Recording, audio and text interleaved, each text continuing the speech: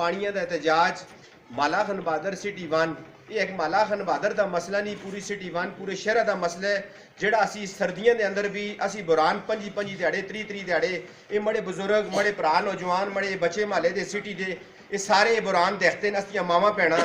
और इस बिच एक माला खान बहादुर नहीं, कुस्तानाबाद, लोरबांडा, तेली गली, कंगन माला, माला अयूब खान, जितना भी शहर का जितना एरिया भी है सारे का सारा मुतासर है। मैं खुदारा DC साहब को,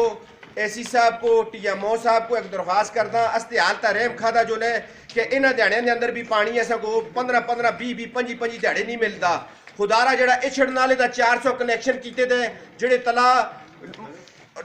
असर वाले लोग हैं और जो तालक वाले लोग हैं उनके कनैक्शन असां उन फसलों और जमीन को पानी मिले थे, असा लोगों को पीने से पानी नहीं मिलता। अज जुमे के दिहाड़े भी लोग नमाजा तो बगैर यकीन मनसो इस पानी की वजह तो नमाज नहीं पढ़ सकते, पानी ऐसा नहीं मिलता। जी NA14 PK 37 का इलेक्शन करते मैं पहले भी उन्होंने लोगों को मैसेज देता है खुदारा अस्तिहाल तरहम खाओ, ये देख के उन्होंने नौजवान भी खलते दिन असा जी तारीख पानी दो वोट लो दी शुरू की है, ये एक माले दी नहीं ये पूरे शहर दी और पूरे सिटी वन दी है। असी लोग इस चीज़ का मुतफिक हाँ। NA14 और PK 37 के जोड़े उम्मीदवार हैं खुदारा तुसी देखो अपने फ्लैक्स मीटिंगां ता मैं कई बार आख रहे हैं जलसियां ता पैसे ना लाओ, अस इस पानियां दी स्कीमां ता पैसे लाओ। इस टाइम भी 65 साल पहले असें पुतकट्ठे की स्कीम मिली सी, आज 2024 हो गया, उस स्कीम 65 साल पहले की स्कीम ही चल रही है और उसके अंदर भी पानी नहीं रहेगा। एक तो अल्लाह की तरफ कोई नाराजगी है, बारिश नहीं कुछ ये असा जितने बड़े लेवल के सियासी हैं ये उनके करनामे जोड़े 35-40 साल तो सियासत जोड़े लोग कर रहे ऐसे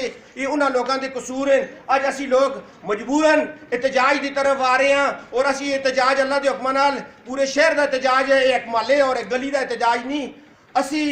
फिर एक बार उन्होंने कोई गल कर कि जोड़े PK 37 और NA14 तक उम्मीदवार हैं मैं बड़े सियासियों का नाम कह के गल कर जी हाथ में इतने करोड़ इधर चाह देता इतने करोड़ इधर चाह देता मैं